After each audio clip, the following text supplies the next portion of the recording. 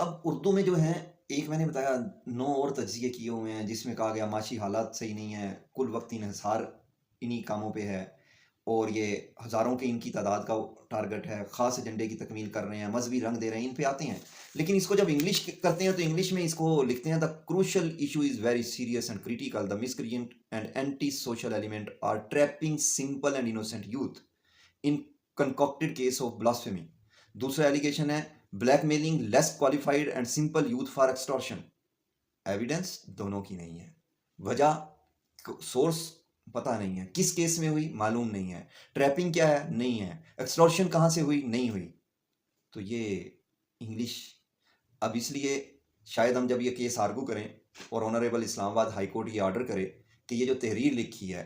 इस रस्तू को लाया जाए, ताकि इस रस्तू को इंग्लिश का एक बहुत बड़ा मेडल दिया जाए, मलका एलिज़ाबेथ को दोबारा जिंदा किया जाए और वो इसको पहनाए, क्योंकि इसे बहुत अच्छी इंग्लिश